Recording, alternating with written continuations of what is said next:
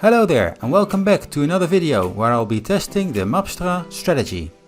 I have backtested and optimized this freely available trading bot strategy and got some surprising results. So let's find out if it's worth your time to let your bot trade with this strategy.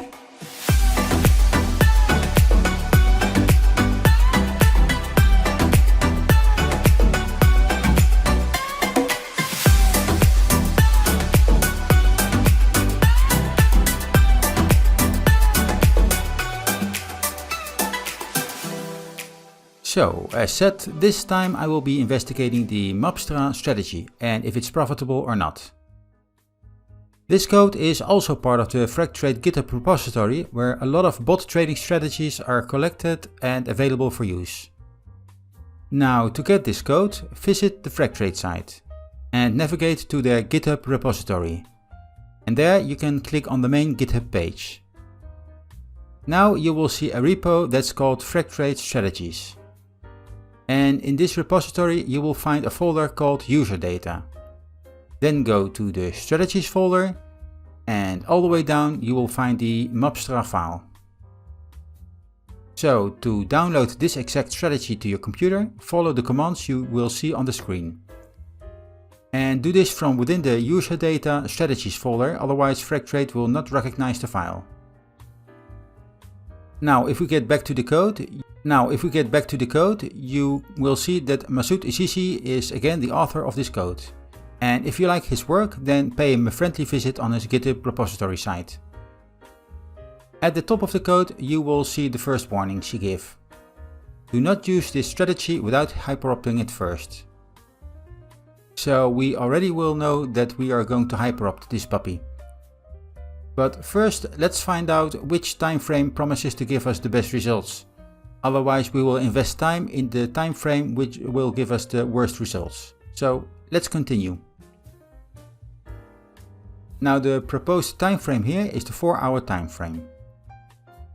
And the ROI settings are time based and have a specific profit point after certain amounts have been reached. These are the initial settings and we will find out later if they are profitable or not. And if so, by how much. Initial stop loss set here. And I must say that this time it is tighter, is that a good word by the way, than earlier tested strategies by this author. And if we scroll down a little bit, the following section here is the part where the hyperparameter optimization will search for the most optimal values for the trading indicators. And you can learn more about that in my video about hyperoptimization. You will find the link in the video or in the description below. And take already note here of these buy diff and sell diff parameters. They will become important later. Then there is the actual indicator section. There are 6 indicators used and all of them are simple moving averages. 3 of them are used for buy signals and 3 for sell signals. The default values for all these averages are 7, 14 and 28. And at some point there will be changes for these if we're going to optimize these. So now let's see what the actual buy and sell signals are. The buy function will do the following. Divide the buy mojo moving average by the buy fast moving average. And that result should be higher than the buy diff minimum value to create our first signal. Then do the same division again with these moving averages, but then the result should be below the buy diff max value to create the second entry signal. Then the buy fast MA should be divided by the buy slow MA, and that division should also be between the buy min and buy max value to create the entry 3 and 4 signals. And then, if all these conditions are met, then the buy signal is complete and the asset can be bought.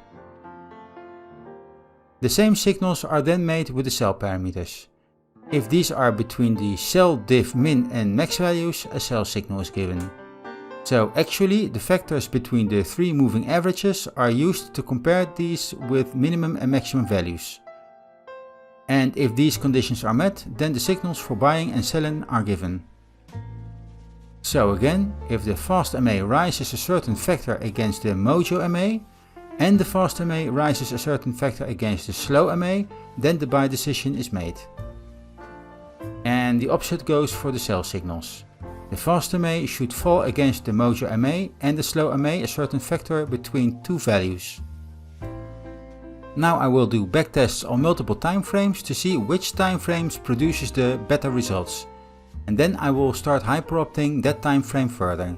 But first let's see what the results are of these initial backtests. Now I thought that the idea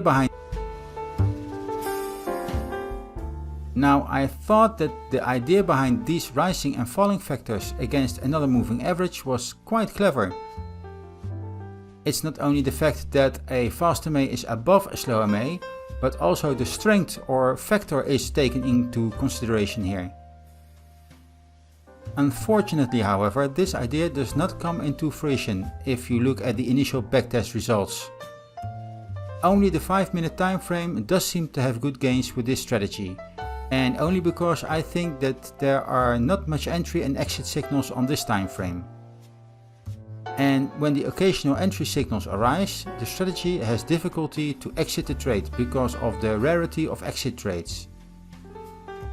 You can see that the amount of 5-minute trades is way lower than on the 1-day time frame, which is very remarkable because mostly this is the opposite. And another thing is that the average trade duration is around 2 days, which I think is not realistic. So I think that this is some sort of glitch or good luck that this strategy performs well on the 5-minute time frame.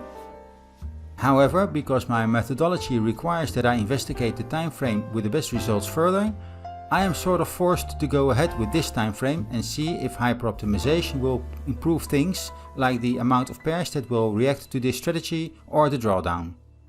So let's start and let's see what will happen.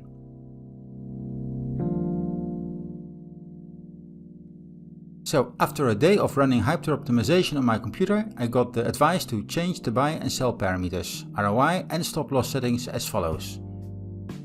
And I backtested these settings on the 5-minute time frame. And to my very big surprise, these settings performed awful. I have no clue why these settings were chosen as the ones that potentially had higher probabilities to perform better. And even stranger, the fast moving averages have slower settings than the slow moving averages. They have faster settings. So actually there are some very strange optimal parameter settings found. With these settings there are only 81 trades over 7 pairs and a win rate of 49%. And there is almost no drawdown because there are almost no trades done. Only a couple of bad ones. And I'm not surprised with these settings. I could do another run with hyperoptimization, but since this process took me 1 day and 5 hours to finish, and I have no trust that this will find better settings for this strategy, I will leave it at this. So this time I will use the original strategy setting results and put these in the overall league. And you can imagine where this strategy will be placed with only a score of 5. And that is on the bottom of this league. Although the idea of this strategy is not bad. Using factors between fast and slow moving averages to determine if a faster moving average is above or below a slower moving average is ingenious. And you can also determine at what rate it is rising, so actually some sort of momentum calculation. But maybe this time using 3 MAs to compare with each other makes this strategy unnecessarily complicated, I think. Since the ROI setting created the most exit signals, there seems to be no need for using MA comparisons to create exit signals. Which makes hyperoptimization calculations also a lot less complex and CPU intensive. Also, you can see that this is the second 5-minute strategy of this series, and again it entered on the lowest spot in this league. The idea was interesting, but execution has flaws. However, I will keep this idea in the back of my head, because I have a feeling that this can be helpful as a second or third confirmation indicator in another strategy. But for now, let's keep it at this conclusion for this video. So there you have it, a new worst trading strategy on the list. But at least we know how it performs, and that is a win in any case.